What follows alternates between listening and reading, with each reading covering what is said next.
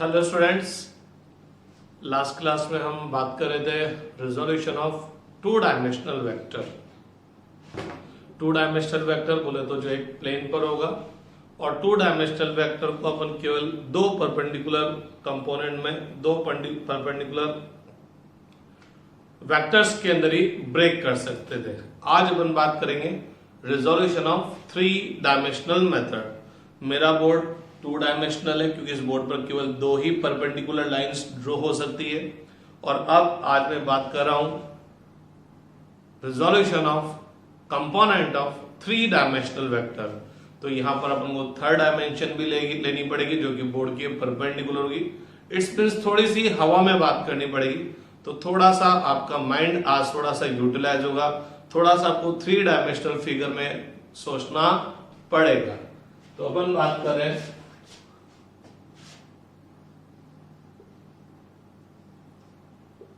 resolution of three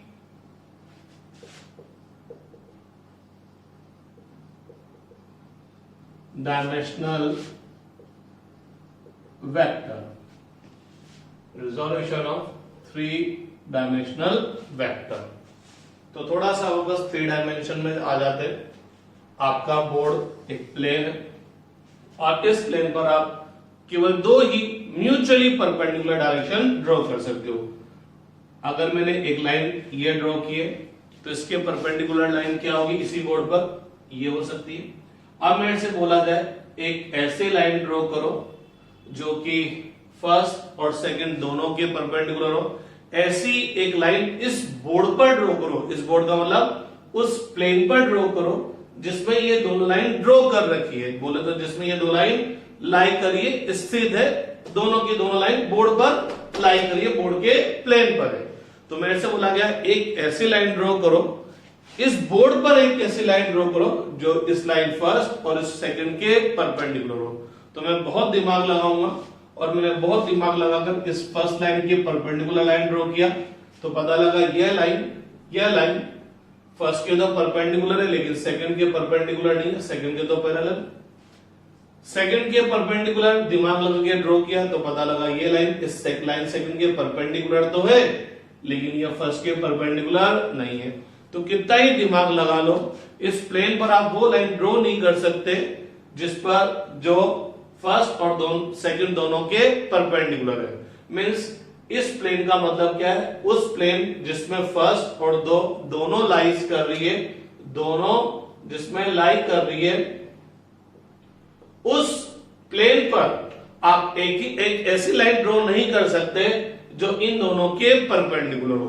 अगर आपको एक ऐसी लाइन ड्रॉ करनी है जो फर्स्ट और सेकंड दोनों के परपेंडिकुलर हो, वो जो लाइन होगी वो क्या होगी, इस बोर्ड के ही परपेंडिकुलर होगी, इस बोर्ड के ही परपेंडिकुलर होगी, ताकि ये 90 और ये 90। तो किसी भी प्लेन पर केवल दो ही परपेंडिकुलर लाइंस हो सकती है, तीन परपेंडिकुलर लाइंस किसी भी एक प्लेन पर, म्यूचुअली परपेंडिकुलर लाइंस एक प्लेन पर नहीं होगी। अब एक बात आती है कि ये और ये दोनों परपेंडिकुलर है तो अपन इसको x इसको y, और x और y दोनों के परपेंडिकुलर बोले तो उस प्लेन के परपेंडिकुलर जिसमें x और y दोनों लाई कर रही है, बोले तो जिसमें उस प्लेन पर जिसमें x और y दोनों स्थित है, तो जो तीसरी लाइन होगी वो उस प्लेन के ही परपेंडिकुलर होगी और इसको अपन क्या बोल देंगे, z एक्सिस बोल देंगे। जनरली अपने दिमाग में आता है कि ये x एक्सिस है और ये y एक्सिस है, ये धोसनी किसको x और इसको y बोलो, आप इन दोनों को भी x और y बोल सकते हो, आप इन दोनों को भी x और y बोल सकते हो। बस जो भी दो लाइन एक दूसरे के परपेंडिकुलर होगी अपन उनको क्या बोल सकते हैं, x और y बोल सकते हैं। बस ध्यान रहे कि जो अपना मेथड है उसमें अपन x और y हमेशा क्या लिखेंगे, एंटी क्लॉकवाइज। तो देखना ये x एक्सिस है, ये y एक्सिस है, और थ्री डायमेंशनल वेक्टर ले रहे हैं तो यहां एक और एक्सिस लेनी पड़ेगी, z एक्सिस। तो ये आपकी z एक्सिस है which is perpendicular to the plane of board. तो ये आपकी z एक्सिस है, लेकिन आप मेरी प्रॉब्लम समझते हैं, मैं इसको ड्रॉ नहीं कर सकता, तो z एक्सिस मैंने इस तरह से ड्रॉ कर दिया, लेकिन z एक्सिस बोर्ड के प्लेन पर नहीं है, बोर्ड के प्लेन के परपेंडिकुलर है। थोड़ा सा अपन इसको और अच्छे से समझने की कोशिश करते हैं। अगर आप इस वाले प्लेन पर देखेंगे जिसमें x एक्सिस और y एक्सिस है, तो आप इस प्लेन के किसी भी पॉइंट पर जाएंगे, इस प्लेन के किसी भी पॉइंट पर जाएंगे, तो लेट अस सपोज ये वाला पॉइंट है, ये वाला पॉइंट है, ये वाला पॉइंट है, तो आप इस प्लेन जिसमें x और y दो परपेंडिकुलर एक्सिस है, इसके किसी भी पॉइंट पर जाएंगे तो आपको ओरिजिन से x में चलना पड़ेगा, फिर y में चलना पड़ेगा, x में चलना पड़ेगा, फिर y में, x में चलना पड़ेगा, y में। इसका मतलब इस प्लेन पर जितने भी पॉइंट्स आएंगे उन सब पॉइंट्स के लिए जो z कोऑर्डिनेट होगा वो क्या रहेगा, सेम रहेगा, क्योंकि इन तीनों पॉइंट के लिए मेरे को z एक्सिस पर चलना नहीं पड़ रहा है, या यूं बोलो हाल फिलहाल तो इन तीनों पॉइंट पर z कोऑर्डिनेट कितना होगा, 0। अरे इस पॉइंट के लिए x कोऑर्डिनेट क्या होगा, ये यहां से यहां तक की लाइन, और y कोऑर्डिनेट ये होगा, z पे तो चलना ही नहीं पड़ा, तो इसके कोऑर्डिनेट लेट अस सपोज ये 3 है और ये 2 है, तो इसके कोऑर्डिनेट 3, 2, 0 कोऑर्डिनेट तो आते होंगे। इस b पर जाने के लिए x में चलना पड़ा 5, y में चलना पड़ा 4, तो इसके कोऑर्डिनेट 5, 2, 5, 4, 0, और c पे जाने के लिए x में चलना पड़ा 6 और y में चलना पड़ा 2, तो 6, 2, 0। तो इस प्लेन पर जिसमें दो परपेंडिकुलर एक्सिस है x और y, तो इस प्लेन के किसी भी पॉइंट पर जाने के लिए, चाहे वो इधर हो, आपको z एक्सिस पर नहीं चलना पड़ेगा। बोले तो इस प्लेन पर जिसमें x और y दोनों परपेंडिकुलर एक्सिस है, इसके हर पॉइंट पर z कोऑर्डिनेट क्या रहने वाला है, सेम रहने वाला है। तो इसको अपन क्या बोल देंगे, इस प्लेन को अपन क्या बोल देंगे, xy प्लेन। इस प्लेन को अपन क्या बोल देंगे, xy प्लेन बोल देंगे। और पता लगा ये जो xy प्लेन है वो z एक्सिस के परपेंडिकुलर, बोले तो z एक्सिस के परपेंडिकुलर जो भी प्लेन होगा उन सब प्लेन को अपन क्या बोल देंगे, xy प्लेन। उसको क्या बोल देंगे, xy प्लेन बोल देंगे। अब आप फिर थोड़ा सा समझने की कोशिश कीजिएगा।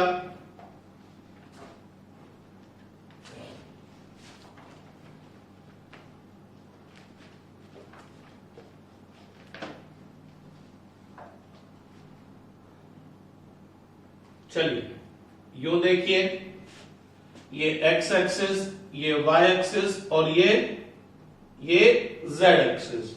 तो अब अगर आपको ये वाला जो प्लेन है, आपको ये वाला जो प्लेन है, इस प्लेन के किसी भी पॉइंट पर जाना है, इस प्लेन के किसी भी पॉइंट पर जाना है, तो आपको क्या करना पड़ेगा, ओरिजिन से चलेंगे, y पे चले, फिर किधर चलेंगे, z पर।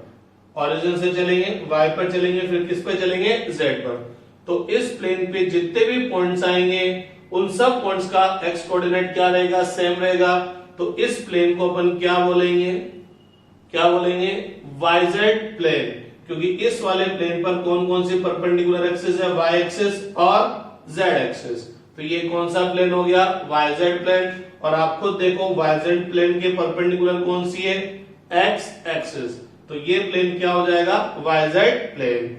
और अगर आप ये वाला प्लेन देखोगे, ये वाला प्लेन देखोगे, तो इस प्लेन पर कोई सा भी पॉइंट ले लूं, उस पॉइंट पर जाने के लिए मेरे को x पे चलना पड़ेगा, फिर z पे चलना पड़ेगा। क्या मेरे को ऊपर या नीचे जाना पड़ा ना, नहीं जाना पड़ा ना।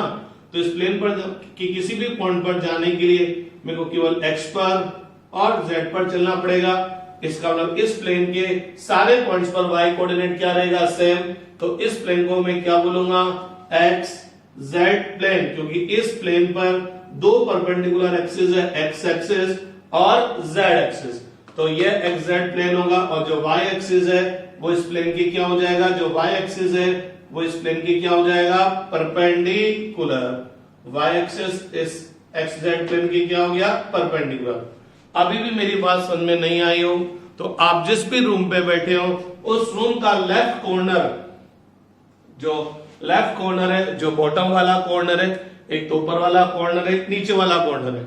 लेफ्ट कॉर्नर आप देखिएगा तो आप देखेंगे इस लेफ्ट कॉर्नर पर मैं थोड़ा ऊपर से दिखा रहा हूं। इस लेफ्ट कॉर्नर पर ये वाली लाइन जो आएगी वो एक्स एक्सिस होगी, ऊपर वाली जो लाइन जाएगी वो वाई एक्सिस, और जो इधर वाली लाइन जाएगी वो क्या होगी, जेड एक्सिस। ये एक्स वाई प्लेन हो जाएगा, जो लेफ्ट वाली दीवार है वो वाई जेड प्लेन हो जाएगी, और जो फ्लोर है वो कौन सा प्लेन हो जाएगा, एक्स जेड प्लेन। ये x z plane, floor x z plane होगा। और इस फ्लोर के पैरेलल जितने भी प्लेन्स होंगे, बोले तो जो रूफ भी होगी वो भी कौन सा प्लेन होगी, एक्स जेड प्लेन, क्योंकि रूफ में एक्स एक्सिस आएगा और कौन सा एक्सिस आएगा, जेड एक्सिस। तो आप जिस भी रूम पे बैठेंगे उस रूम का लेफ्ट कॉर्नर, आप लेफ्ट बॉटम कॉर्नर आप देखेंगे तो आपको पता लगेगा कि वो जो कॉर्नर है वो तीन परपेंडिकुलर लाइंस का क्या है, इंटरसेक्शन है। इधर वाली लाइंस एक्स एक्सिस होगी, ऊपर वाली वॉल पे जो जा रही होगी वाई एक्सिस, और इधर की तरफ जो जा रही होगी वो जेड एक्सिस। ठीक है कि नहीं बात। अगर मैं रूम को इसको विड्थ बोलूं, इस वाली साइड को विड्थ बोलूं, इस साइड को हाइट बोलूं और इस साइड को लेंथ बोलूं, तो जो विड्थ वाली जो लाइन है वो एक्स एक्सिस, जो हाइट वाली लाइन है वो वाई एक्सिस, और जो लेंथ वाली लाइन है वो जेड एक्सिस हो गया। ठीक, तो इस वाली लाइन में एक्स एक्सिस और ये वाई एक्सिस जा रहा है हाइट पे, तो ये एक्स वाई प्लेन होगा, ये वाई एक्सिस हाइट पे, लेंथ जेड एक्सिस है, तो ये जो वाली वॉल आएगी, लेफ्ट साइड वाली जो वॉल आएगी, इवन राइट साइड वाली जो वॉल है वो दोनों की दोनों कौन सी प्लेन होगी, वाई जेड प्लेन, क्योंकि वो वॉल ये से आएगी, या इधर वाली देखोगे तो ऐसे आएगी, तो एक्स एक्सिस इस वॉल की क्या होगा, परपेंडिकुलर, तो ये वाई जेड प्लेन होगा। और जो फ्लोर है, इस फ्लोर को भी नीचे से ऊपर उठा लो, तो ये जेड एक्सिस, ये एक्स एक्सिस, तो ये एक्स जेड प्लेन, और वाई एक्सिस इस एक्स जेड प्लेन के क्या होगा, परपेंडिकुलर होगा। ठीक है,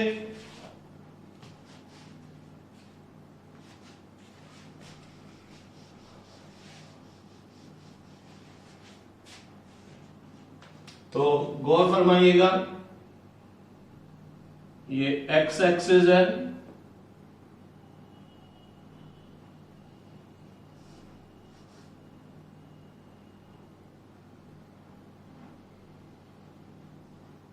ये वाई एक्सिस और ये जेड एक्सिस। लेकिन दिमाग में बिठा के रखिएगा, जेड एक्सिस ये नहीं है, ये जेड एक्सिस है, ये पॉजिटिव जेड एक्सिस, और अंदर जाएंगे तो नेगेटिव जेड एक्सिस। ये एक्स वाई प्लेन है, ये वाई जेड प्लेन है, और ये एक्स जेड प्लेन है। अब मेरे पास एक वेक्टर है, ओपी वेक्टर, जो 3 डायमेंशनल है, ये रहा। बोले तो मेरा ये वेक्टर थोड़ा सा हवा में है, ये वेक्टर थोड़ा सा हवा में है। ठीक है, तो अगर मैं थोड़ा सा हवा में बात कर लूं, फिर मैं बोर्ड पे समझाऊंगा, क्योंकि बोर्ड पर अगर डायरेक्ट समझाऊंगा तो वो कुछ भी समझ में नहीं आएगा। तो ये मेरा ओपी वेक्टर है, जिसको मैं ए वेक्टर बोल सकता हूं, और ये ओपी वेक्टर न इस एक्स वाई प्लेन पर है, न इस वाई जेड प्लेन पर है, और न ही इस एक्स जेड प्लेन पर है, ये हवा में। तो ये ओपी वेक्टर है, जिसको मैंने क्या बोल दिया, ए वेक्टर। तो मेरे को क्या करना है, इस ओपी वेक्टर के कंपोनेंट लेना है। तो इस ओपी वेक्टर के कंपोनेंट लेने के लिए मैं क्या करता हूं, इस ओपी वेक्टर के जो फाइनल पॉइंट है, इस फाइनल पॉइंट से मैं क्या करता हूं, एक्स जेड प्लेन पर एक परपेंडिकुलर ड्रॉप करता हूं। इस एक्स जेड प्लेन पर क्या करता हूं, एक परपेंडिकुलर ड्रॉप करता हूं। तो मैंने क्या करा भैया, ये जो ओपी वेक्टर है, इसके फाइनल पॉइंट से इस एक्स जेड प्लेन पर एक परपेंडिकुलर ड्रॉप किया, और परपेंडिकुलर का फुट पॉइंट क्या आया, एम। तो इस ओपी वेक्टर के फाइनल पॉइंट पी से एक्स जेड प्लेन पर एक परपेंडिकुलर ड्रॉप किया, जिसका फुट पॉइंट कितना आया, एम। तो मेरे दिमाग ने एक काम किया कि मैं बोल सकता हूं, this OP vector is the addition of this OM vector and MP vector. मैं ओएम वेक्टर ड्रॉ कर दूं, उसके फाइनल पॉइंट पर एमपी वेक्टर ड्रॉ कर दो इस तरह से, तो एम वेक्टर के इनिशियल से एमपी वेक्टर के फाइनल की तरफ जो आप वेक्टर ड्रॉ करेंगे वो इन दोनों के एडिशन को रिप्रेजेंट करेगा। तो इस ओपी वेक्टर को मैं क्या बोल सकता हूं, OM vector plus MP vector. ये ओएम वेक्टर है, ठीक है। तो ये ओएम वेक्टर की ड्रॉ किया, उसके फाइनल पॉइंट पर एमपी ड्रॉ किया, तो फर्स्ट के इनिशियल से सेकंड के फाइनल की तरफ आप वेक्टर ड्रॉ करेंगे, तो यह वेक्टर इन दोनों के एडिशन को रिप्रेजेंट करेगा। तो OP vector is equal to the OM vector plus MP vector, कि भैया ये ओएम वेक्टर हो गया, ये ओएम वेक्टर हो गया ना, ये ओएम वेक्टर हो गया। इसके फाइनल पे मैंने क्या ड्रॉ कर दिया, एमपी वेक्टर कर दिया ड्रॉ। तो इसके इनिशियल से इसके फाइनल की तरफ जो वेक्टर ड्रॉ करूंगा ओपी वेक्टर, वो क्या रिप्रेजेंट करेगा, OM vector plus MP vector. Clear है। अब अगर अपन इस ओएम वेक्टर को ऊपर जाके देखें तो बेसिकली ये एक्स एक्सिस है और ये कौन सी एक्सिस है, जेड एक्सिस। तो आप ऊपर तो जाके कैसे देखेंगे, छत पे जाके बैठ के कैसे देखेंगे, तो मैं इसको थोड़ा सा आपकी तरफ घुमा देता हूं, तो आप पता लगेगा कि ये जो ओएम वेक्टर है ये कौन से प्लेन पर आया, ये ओएम वेक्टर कौन से प्लेन पर है, एक्सजेड प्लेन पर है। और जब ये ओएम वेक्टर एक्सजेड प्लेन पर है तो ये कौन सा वेक्टर है, टू डायमेंशनल वेक्टर। कौन सा वेक्टर है भैया, टू डायमेंशनल वेक्टर।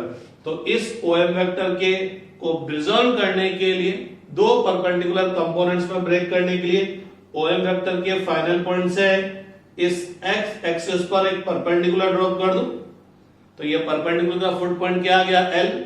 डायग्राम के हिसाब से ये यू है, डायग्राम के हिसाब से ये एस है।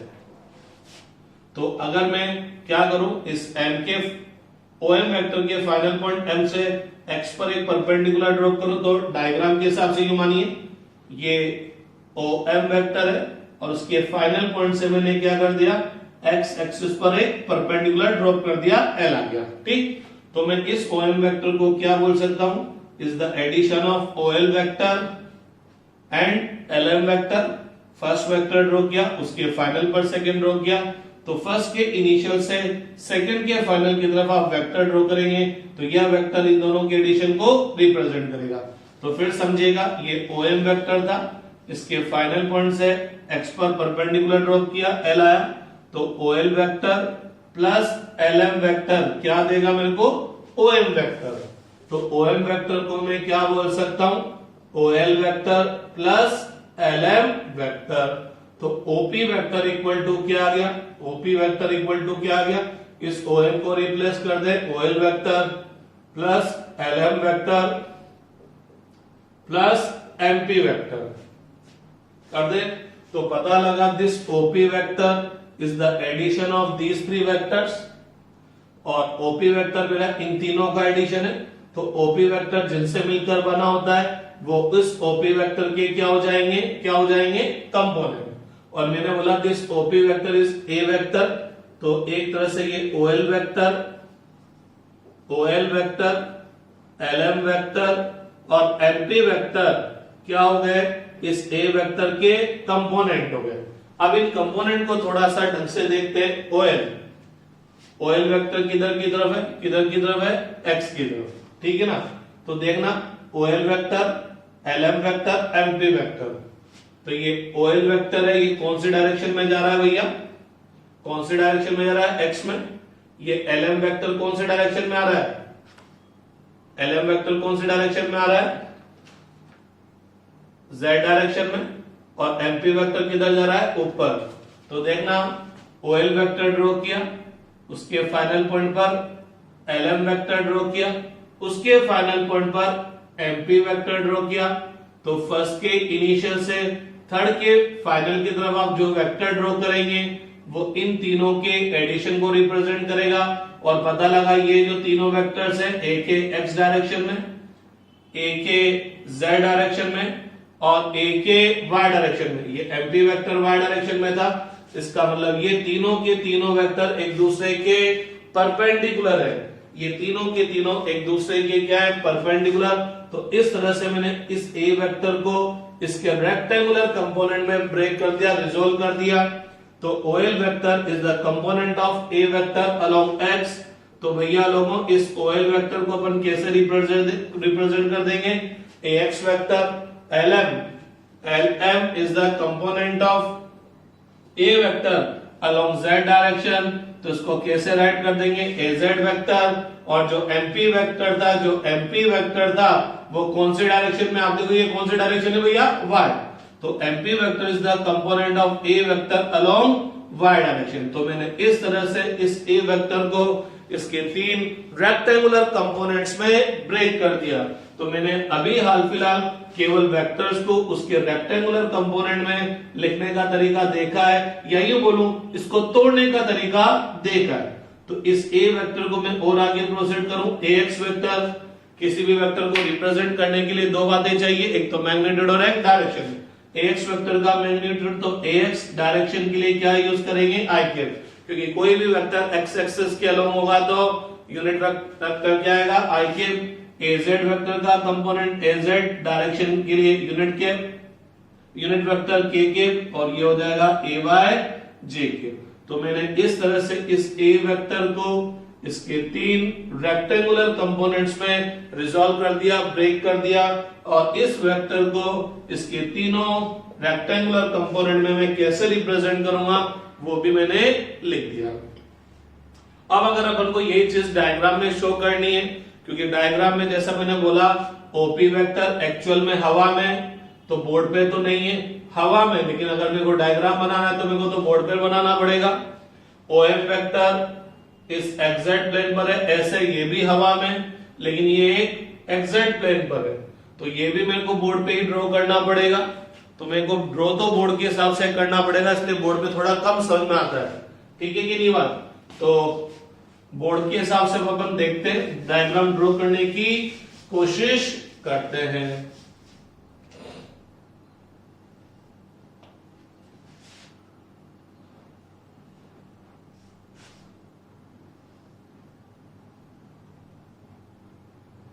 तो ये आपका ओपी वेक्टर है, लेकिन मैंने बोर्ड पे तो इसको ऐसे ड्रॉ किया, और ये ओपी वेक्टर किसकी इक्वल है भैया, ए वेक्टर है।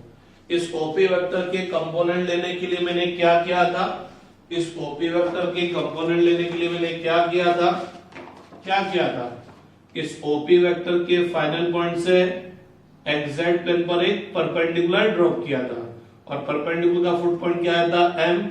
तो मैंने इस ओपी वेक्टर को क्या बोला था, OM vector plus MP vector. अब आप खुद ही देख लो, ये MP वेक्टर किधर किधर जा रहा है, y डायरेक्शन में।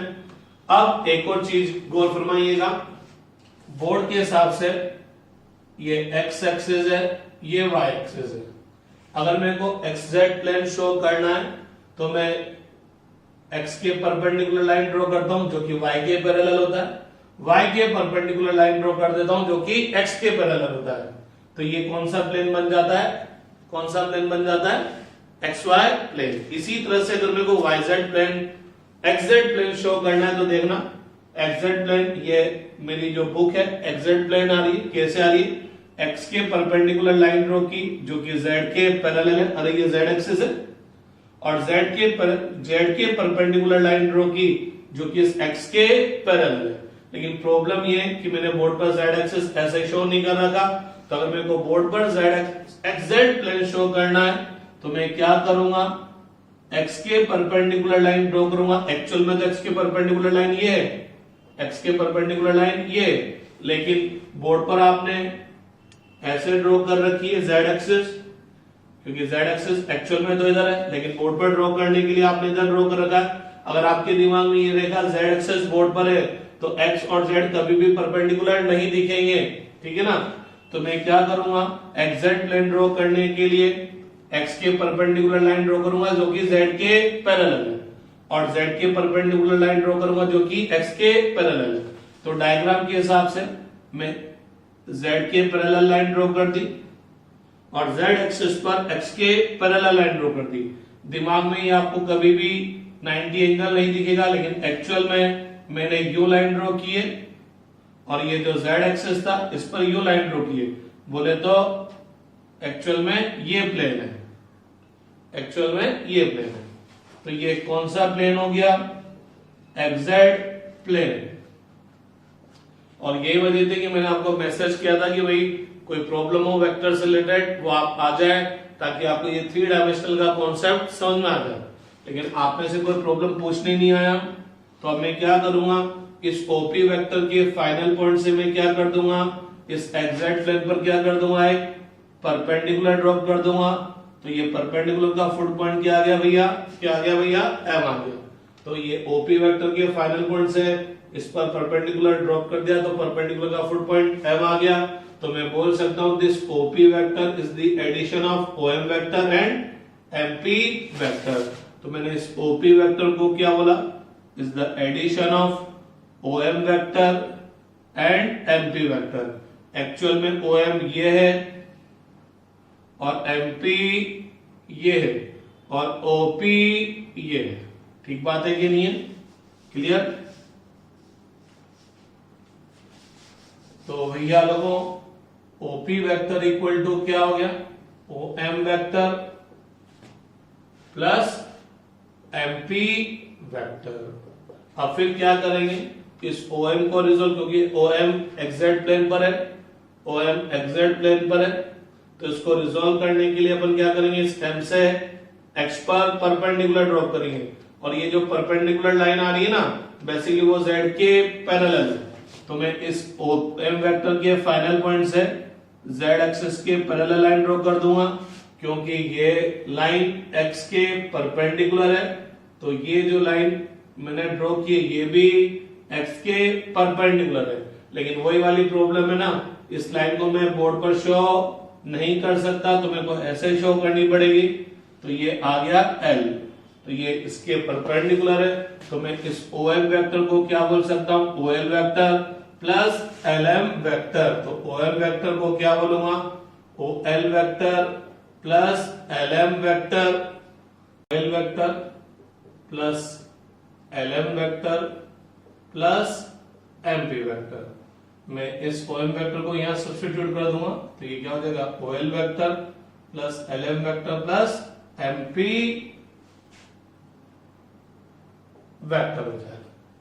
तो ओपी वेक्टर क्या बोला है, ए वेक्टर है, ओपी क्या बोला है, ए वेक्टर है।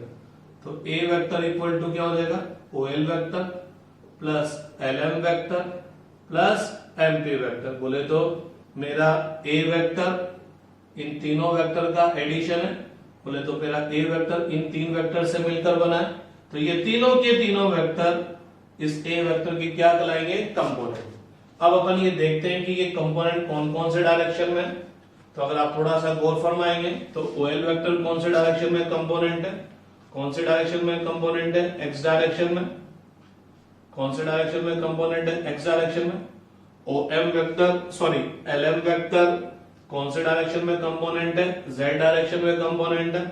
और एमपी वेक्टर कौन से डायरेक्शन में कंपोनेंट है, वाई डायरेक्शन में कंपोनेंट है। कौन से डायरेक्शन में कंपोनेंट है, वाई डायरेक्शन में कंपोनेंट है। तो देखना, फर्स्ट वेक्टर ड्रॉ किया, उसके फाइनल पर second vector L M vector draw किया, फर्स्ट वेक्टर ड्रॉ किया ओ एल वेक्टर, उसके फाइनल पॉइंट पर सेकंड वेक्टर ड्रॉ किया एल एम वेक्टर, उसके फाइनल पॉइंट पर थर्ड वेक्टर ड्रॉ किया एमपी वेक्टर। तो फर्स्ट वेक्टर के इनिशियल से थर्ड वेक्टर के फाइनल की तरफ आप वेक्टर ड्रॉ करेंगे, तो वह O L vector, L M vector और एमपी वेक्टर तीनों के एडिशन को रिप्रेजेंट करेगा।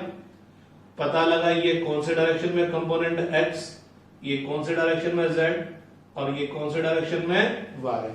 तो अपन क्या बोल सकते हैं, ये जो ओ एल वेक्टर है इसको अपन एक्स वेक्टर बोल सकते हैं, इस एल एम को अपन क्या बोल सकते हैं, ए जेड वेक्टर, और इस एमपी को अपन क्या बोल सकते हैं, ए वाई वेक्टर।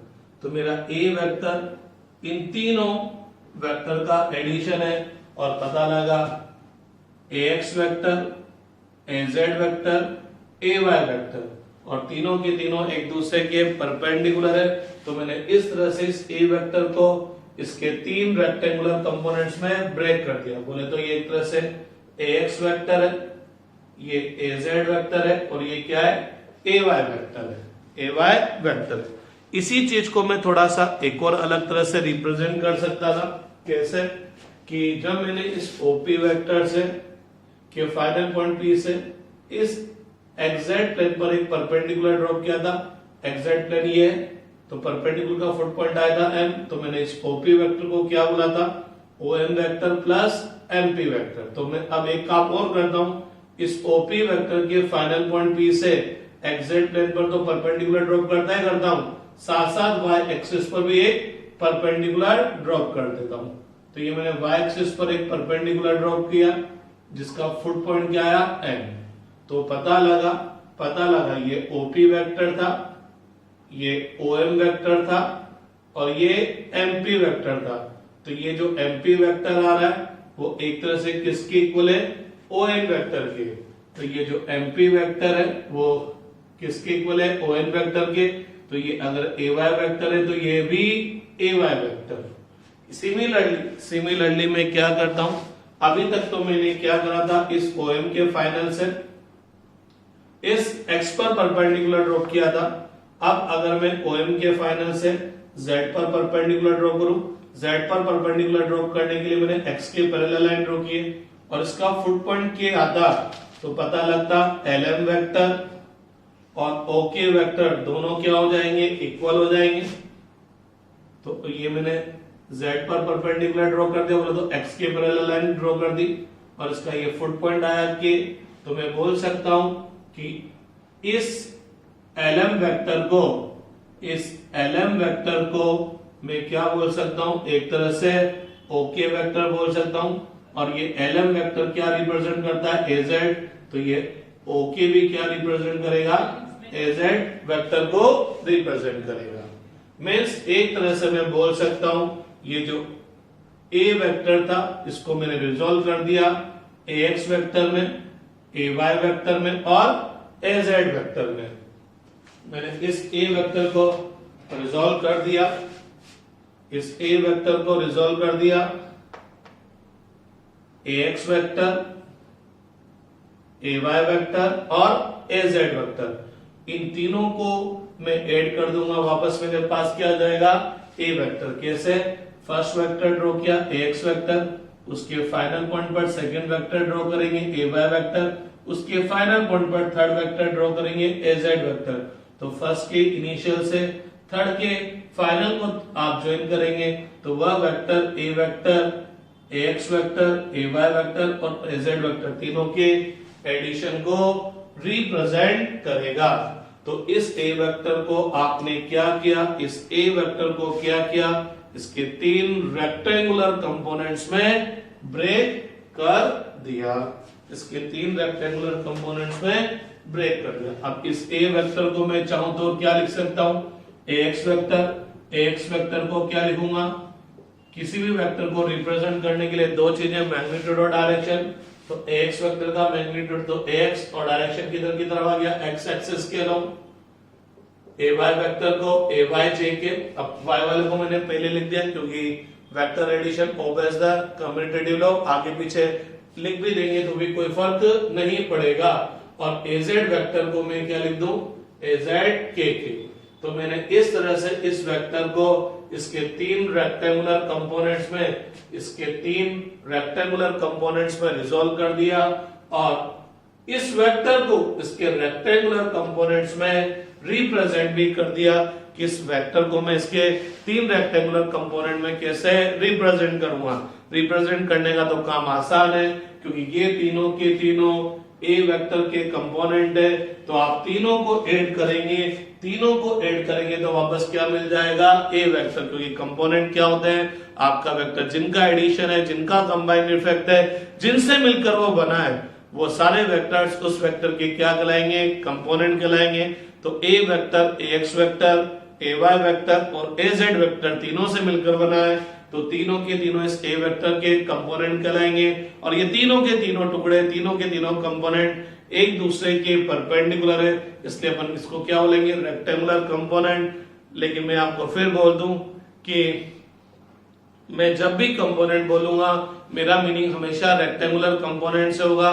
बोले तो जब भी मैं किसी वेक्टर को ब्रेक करूंगा तो हमेशा जो दोनों टुकड़े या तीन टुकड़े जो आएंगे वो एक दूसरे के क्या होने चाहिए, परपेंडिकुलर होने चाहिए। ऐसा मैं क्यों करता हूं, उसके पीछे बहुत जबरदस्त कॉन्सेप्ट है, जैसा मैंने पहले बोला था, मैं किसी दिन बाद में आपको समझाऊंगा। ये तो हुआ इस वेक्टर को उसके रेक्टेंगुलर कंपोनेंट के फॉर्म में रिप्रेजेंट करने का तरीका। अब अगर मैं इस ए वेक्टर के मैग्नीट्यूड को इसके रेक्टेंगुलर कंपोनेंट के मैग्नीट्यूड फॉर्म में राइट करना चाहूं, बोले तो इस ए वेक्टर का मैग्नीट्यूड इन तीनों के मैग्नीट्यूड के फॉर्म में क्या आएगा, तो उसके लिए देखते हैं। फिर थोड़ी सी हवा में बात कर लें। ये ओपी वेक्टर है, इसके फाइनल पॉइंट से एक्जेक्ट प्लेन पर परपेंडिकुलर ड्रॉ किया, ये एम आया, तो ओ एम एम पी और ये ओपी, तो ओ एम पी क्या दिख गया, राइट एंगल ट्राइंगल, और राइट एंगल ट्राइंगल दिख गया तो हाइपोटेन्यूस स्क्वायर बोले तो OP square equal to O M square plus M P square. Diagram के हिसाब से बात करें यहां से, तो ये O M P right angle triangle है, ये ओ एम बोर्ड पर नहीं है, ये ओ एम इधर है बोले तो एग्जैक्ट प्लेन पर है, तो ओ एम पी ये राइट एंगल ट्राइंगल दिखा, राइट एंगल ट्राइंगल दिखा तो hypotenuse square equal to base square plus perpendicular square, तो OP square equal to O M square plus M P square, तो OP square किसके equal हो गया, O M square plus M P square. अब आप देखिएगा ओ एम ये आया था और एम से आपने क्या करा था, एक्जेक्ट पर एक परपेंडिकुलर ड्रॉप किया था एल, तो अगर आप थोड़ा सा फिर गौर फरमाएं, एम से आपने इस पर परपेंडिकुलर ड्रॉप किया तो ओ एल एम, ये भी आपको एक राइट एंगल ट्राइंगल दिखेगा, ओ एल एम ये राइट एंगल ट्राइंगल है, इस राइट एंगल ट्राइंगल में 90 के अपोजिट साइड क्या है, हाइपोटेन्यूस, तो हाइपोटेन्यूस क्या है, ओ एम, तो in right angle triangle O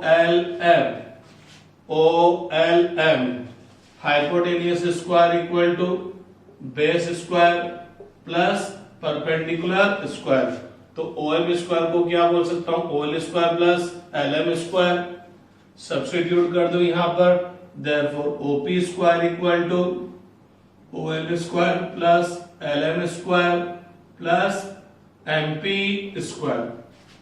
OP क्या वाला है, बोले तो यहां से यहां तक की लेंथ, बोले तो इस एरो की लेंथ, ये एरो कौन से वेक्टर को रिप्रेजेंट कर रहा है, ए वेक्टर को, तो एरो का लेंथ क्या देगा, उसके मैग्नीट्यूड को। ओएल क्या है, यहां से यहां तक की लेंथ, तो पता लगा ये इस एरो की लेंथ, ये एरो की लेंथ क्या देगी, वेक्टर के मैग्नीट्यूड को, तो ये एरो कौन से वेक्टर को रिप्रेजेंट कर रहा है, एक्स वेक्टर को, तो ये क्या हो जाएगा, इस एक्स वेक्टर का मैग्नीट्यूड एल एम, बोले तो ये लेंथ, बोले तो इस एरो की लेंथ क्या देगी, वेक्टर के मैग्नीट्यूड को, ये वेक्टर कौन सा है, एजेड, तो ये एजेड का मैग्नीट्यूड आ जाएगा, और एमपी क्या आ जाएगा, ए वाई वेक्टर का मैग्नीट्यूड, तो ए वाई स्क्वायर, तो ए इक्वल टू क्या होगा, under root A x square plus a Y square plus a z square, तो ये आपका वेक्टर हो गया, वेक्टर का मैग्नीट्यूड हो गया उसके रेक्टेंगुलर कंपोनेंट के मैग्नीट्यूड के फॉर्म में। अगर आप थोड़ा सा भी ध्यान दें तो ये फॉर्मूला 9-10 में पढ़कर आए, कैसे पढ़कर आए, कभी आपने क्यूब और क्यूबॉइड पढ़ा हो, कभी गलती से क्यूब और क्यूबॉइड अगर आपने पढ़ा हो तो वहां डायगोनल का जो लेंथ आया होगा कि इफ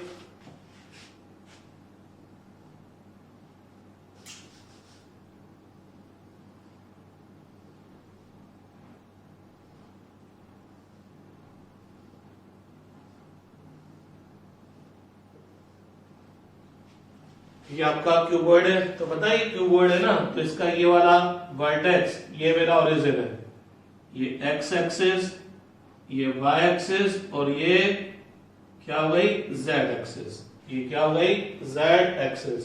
तो अगर आप इसकी लेंथ एल बोलते हो, विड्थ बी बोलते हो और हाइट सी बोलते हो या एच बोलते हो, तो जो डायगोनल है, डायगोनल बोले तो ये क्यूबॉइड है, तो ये वाला जो वर्टेक्स है और उस साइड का ऊपर वाला जो वर्टेक्स है, इनके बीच का लेंथ, तो शायद आप लोगों ने इस डायगोनल की लेंथ बोली होगी under root l square plus b square plus h square. तो देखना केस है, आप क्यों समझिए, ये जो रूम का लेफ्ट बॉटम है ये आपका ओ है, ठीक है ना, तो यहां से अपन चलेंगे, ए एक्स वेक्टर ड्रॉ किया, उसके फाइनल पर अपन ने ए वाई वेक्टर ड्रॉ किया, उसके फाइनल पर अपन ने ए जेड वेक्टर ड्रॉ किया। तो फर्स्ट के इनिशियल पॉइंट से जो थर्ड वेक्टर है उसके फाइनल पॉइंट की तरफ जो वेक्टर ड्रॉ करेंगे वो इन तीनों के एडिशन को रिप्रेजेंट करेगा। तो ये जो रिजल्टेंट वेक्टर आया पता क्या आया, इस क्यूबोर्ड का डायगोनल, इस क्यूबोर्ड का डायगोनल। तो इसका जो लेंथ आ रहा है वो किसके इक्वल आ रहा है, a x square plus a Y square plus a z square का अंडर रूट, बोले तो l square plus b square plus h square का अंडर रूट आया। ठीक है, थोड़ा सा आपको दिमाग लगाना पड़ेगा तब जाके आपके समझ में आएगा। अब थोड़ा सा और आगे प्रोसीड करते हैं। तो अपन ने बोला ये आपका ओपी वेक्टर है, ये आपका ओपी वेक्टर है। तो let this OP vector makes an angle alpha with x axis, with y axis makes an angle beta, and with z axis it makes an angle gamma। तो x के साथ alpha, y के साथ beta और z के साथ कितना angle form करता है, गामा। तो ये एंगल अल्फा है भैया, ये बीटा है और ये वाला जो एंगल है वो कितना है, गामा। ध्यान रखना ये ओपी वेक्टर बोर्ड के प्लेन पर नहीं है, ये हवा में है और ये हवा में है, तो ये एंगल अल्फा है और ये एंगल बीटा है। ठीक बात है। अब एक चीज और देखिएगा, आपने इस ओपी वेक्टर के फाइनल पॉइंट से वाई एक्सिस पर परपेंडिकुलर ड्रॉ किया था। तो ये ओ एन पी एक राइट एंगल ट्राइंगल है, ओ एन पी एक राइट एंगल ट्राइंगल है। तो in this right angle triangle cos beta, cosine of beta किसके इक्वल होगा, बीटा के अपोजिट साइड परपेंडिकुलर, 90 के अपोजिट साइड हाइपोटेनियस। तो कोसाइन ऑफ बीटा बोले तो ratio of base to the hypotenuse. तो बीटा के लिए बेस क्या होगा, ON, और हाइपोटेनियस तो OP है। ON क्या चीज है, modulus of a y vector, और OP क्या चीज है, मॉडुलस ऑफ ए वेक्टर। तो ए वाई इक्वल टू कितना हो गया, ए कॉस बीटा। तो पता लगा आपका ए वेक्टर वाई एक्सिस से बीटा एंगल फॉर्म कर रहा था, तो वाई की तरफ कंपोनेंट क्या आ गया, ए कॉस बीटा। सिमिलरली आपका ये वेक्टर एक्स के साथ कितना एंगल फॉर्म कर रहा था, अल्फा। तो similarly a x equal to क्या आ जाएगा, ए कॉस अल्फा, और जेड के साथ गामा एंगल फॉर्म कर रहा था, तो z की तरफ कंपोनेंट क्या आ जाएगा, ए कॉस गामा आ जाएगा। A X A Y A Z का वैल्यू यहां पर सब्स्टिट्यूट कर देते हैं। तो a equal to under root A x square, A X क्या है, A cos alpha whole square, A Y square A cos beta whole square plus A cos gamma whole square. Squaring both side, दोनों तरफ square कर देंगे तो इधर का तो अंडर रूट हट जाएगा और इधर ए स्क्वायर आ जाएगा। तो ए कॉस अल्फा क्या हो जाएगा, ए स्क्वायर कॉस स्क्वायर अल्फा, ए स्क्वायर कॉस स्क्वायर बीटा, ए स्क्वायर कॉस स्क्वायर गामा। तो इन सब में से क्या कॉमन आ गया, ए स्क्वायर कॉमन आ गया। तो ब्रैकेट में क्या बचेगा, cos square alpha plus cos square beta plus cos square gamma. A square cancel, तो cos square alpha plus cos square beta plus cos square gamma equal to, बताओ 0 आएगा कि 1 आएगा, क्या आएगा 1, क्योंकि ये ए स्क्वायर इसके साथ मल्टीप्लीकेशन में, तो इसको क्रॉस मल्टीप्लाई करेंगे तो a square upon a square कितना आएगा 1। तो अपन बोल सकते हैं cos square alpha plus cos square beta plus cos square gamma equal to क्या होगा भैया, क्या होगा 1 होगा। 3 डायमेंशनल वेक्टर का रिजोल्यूशन है। और एक और बात है, मैं आपको बोलूं पूरी फिजिक्स में रिजोल्यूशन बहुत इंपॉर्टेंट है, क्योंकि आगे जाकर जब भी मैं वेक्टर्स को ऐड करूंगा तो मैं हमेशा तोड़कर ऐड करूंगा। तो रिजोल्व करना अगर आपको नहीं आया तो आपको वेक्टर एडिशन नहीं आएगा, और आपको वेक्टर एडिशन नहीं आया तो आप भूल जाइए, फिजिक्स में आपको न्यूमेरिकल और डेरिवेशन अच्छे से समझ में आएंगे, याद कर पाएंगे, समझ तो आप नहीं पाएंगे। तो जिसको अगर कोई प्रॉब्लम रहती है तो कल 5 o'clock आ जाइएगा, ताकि ये प्रॉब्लम सोल्व कर लूंगा इसकी मैं। फिर मैं आगे प्रोसीड कर लूंगा, नहीं तो फिर बाद में आप मेरे से बोले सर वो समझ में नहीं आया, वो नहीं आया। तो जिस जिसको प्रॉब्लम हो वो कल 5 o'clock आ जाए, ताकि अपन उस चीज को अच्छे से क्लियर कर लें। ठीक है, अब इस पर बस एक दो न्यूमेरिकल सोल्व कर लेते हैं, जो कि अपने 2 डायमेंशनल में भी देखे थे। तो सिंपल सा न्यूमेरिकल है, क्या? A vector equal to I cap plus J cap plus K cap, find the magnitude of A vector. तो आपको ए वेक्टर गिवन है in terms of its rectangular component. मेरा ए वेक्टर इन तीनों vector का addition है और तीनों vector एक दूसरे के परपेंडिकुलर है, रेक्टेंगुलर कंपोनेंट में गिवन है। ठीक है, तो इस ए वेक्टर का जो मैग्नीट्यूड आएगा वो किसके इक्वल आएगा? Under root A x square plus a Y square plus a z square. कहने का मतलब ए एक्स क्या बोला है? Magnitude of component of a vector along x, ay magnitude of component of a vector along y, magnitude of a vector along z। या simple बोले तो ax vector क्या है? ax क्या है? Component of ax vector, ay क्या है? Component of ay vector, और az क्या है? Component of az vector. तो आप लोगों ने लिखा a vector equal to i के प्लस j के प्लस k के, तो ये पूरा ax वेक्टर है, ये पूरा ay वेक्टर, ये पूरा az वेक्टर है। तो ax वेक्टर का डायरेक्शन तो आई कैप आ गया, तो अब मैग्नीट्यूड कितना है? कुछ भी नहीं लिखा हुआ, तो क्या बोलेंगे? 1, क्योंकि 1 को आई कैप से मल्टीप्लाई करेंगे आई कैप आ जाएगा। इसका मैग्नीट्यूड भी कितना हो गया? 1, और इसका मैग्नीट्यूड भी कितना हो गया? 1। इसका मतलब क्या हुआ? ax वेक्टर का मैग्नीट्यूड हो गया 1, ay का भी हो गया 1, और az का भी हो गया 1। तो इसका जो मैग्नीट्यूड आएगा वो कितना आ जाएगा? √3 आ जाएगा। अब अगर अपन एक और क्वेश्चन करते हैं, second, A vector equal to I K plus जे के, आई के प्लस जे के माइनस 2k के, find the unit vector of A vector. तो ए वेक्टर का यूनिट वेक्टर फाइंड आउट करना है, तो किसी भी वेक्टर का यूनिट वेक्टर फाइंड आउट करने के लिए क्या करेंगे? उस वेक्टर को उसी के मैग्नीट्यूड से डिवाइड कर देंगे। तो ए वेक्टर का मैग्नीट्यूड क्या हो जाएगा?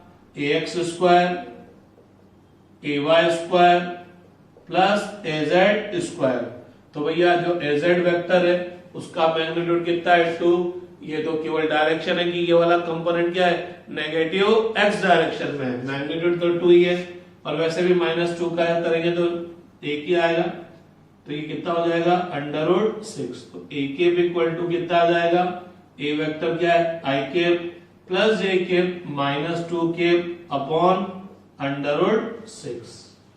अब इसी क्वेश्चन को थोड़ा सा आगे प्रोसीड कर दिया, find the unit vector of a vector, और अब एक और चीज बोल दी, find the vector in the direction of a vector whose magnitude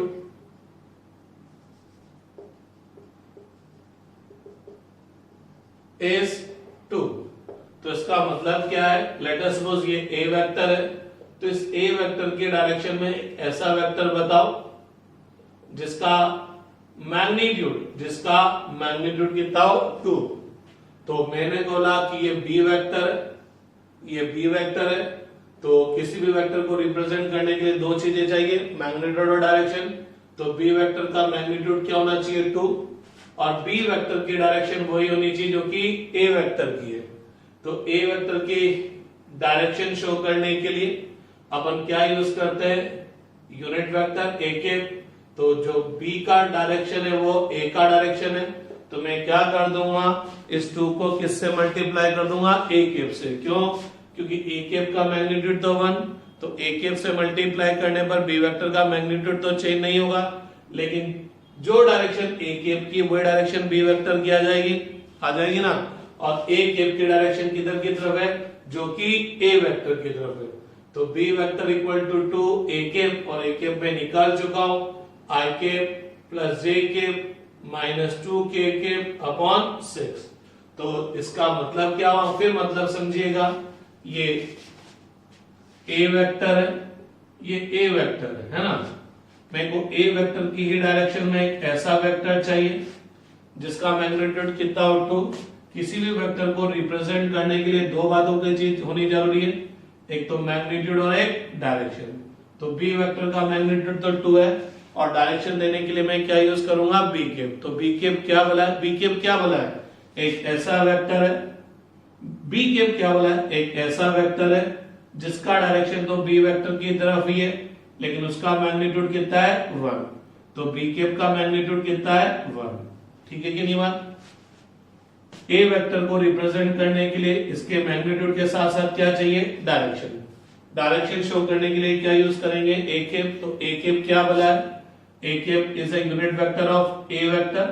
तो ए कैप क्या बोला है, एक ऐसा वेक्टर जो ए वेक्टर की ही डायरेक्शन में है, लेकिन जिसका मैग्नीट्यूड कितना है 1। तो पता लगा ए वेक्टर और बी वेक्टर की डायरेक्शन सेम, इसकी डायरेक्शन सेम, इसकी डायरेक्शन सेम। तो जब इन दोनों की डायरेक्शन सेम है तो इन दोनों की डायरेक्शन भी सेम होंगी। दोनों का मैग्नीट्यूड कितना होगा 1। तो मैं बोल सकता हूं ए कैप और बी कैप मैग्नीट्यूड में भी सेम है, डायरेक्शन में भी सेम है। तो ये दोनों क्या हो गए, इक्वल वेक्टर्स हो गए। और जब ये दोनों इक्वल वेक्टर्स हो गए तो बी कैप को क्या बोल दूं, ए कैप। तो क्या होगा, बी वेक्टर एक ऐसा मैग्नीट्यूड हो, ऐसा बी वेक्टर एक ऐसा वेक्टर हो गया जिसका मैग्नीट्यूड तो 2 है और जिसकी डायरेक्शन किधर की तरफ है, ए वेक्टर की तरफ है। तो शायद यही क्वेश्चन मेरे को फाइंड आउट करना था। तो बी वेक्टर फाइंड आउट करने के लिए मेरे को क्या फाइंड आउट करना पड़ेगा, ए कैप, जो कि मैं पहले ही फाइंड आउट कर चुका हूं। तो बस 2 को मैं किससे मल्टीप्लाई कर दूंगा, ए कैप से। मैं फिर बोलूंगा रिजोल्यूशन छोटी मोटी चीज नहीं है, और 3 डायमेंशनल वेक्टर्स का रिजोल्यूशन तो बहुत टफ है। एक्चुअल में तो वैसे ये सिलेबस में नहीं है, लेकिन मेरे को पता नहीं बीमारी है थोड़ा सा दिमाग खोलने की, कि भैया 3 डायमेंशनल आप समझने की कोशिश करेंगे तो माइंड थोड़ा सा आपका ओपन होगा, समझने में थोड़ी सी प्रॉब्लम तो आएगी, लेकिन दिमाग खुलेगा और फिर बाद में आपका बहुत अच्छा माइंड चलेगा। तो रिजोल्यूशन फिजिक्स के हिसाब से बहुत और बहुत इंपॉर्टेंट टॉपिक है। तो मैं फिर बोल रहा हूं, जिस स्टूडेंट्स को आज की क्लास में, इवन कल की क्लास में प्रॉब्लम थी, वो कल नेक्स्ट क्लास इवनिंग 5 o'clock यहाँ पर आ जाए और अपनी प्रॉब्लम क्लियर कर ले। फिर बाद में 4-5 दिन बाद आप बोलोगे सर वेक्टर में मेरे को रिजोल्यूशन में प्रॉब्लम थी, तो भैया फिर कुछ भी नहीं हो पाएगा। तब तक अपन बहुत आगे आ चुके होंगे और फिर फिजिक्स का बैंड बज चुका होगा। ठीक है, थैंक यू।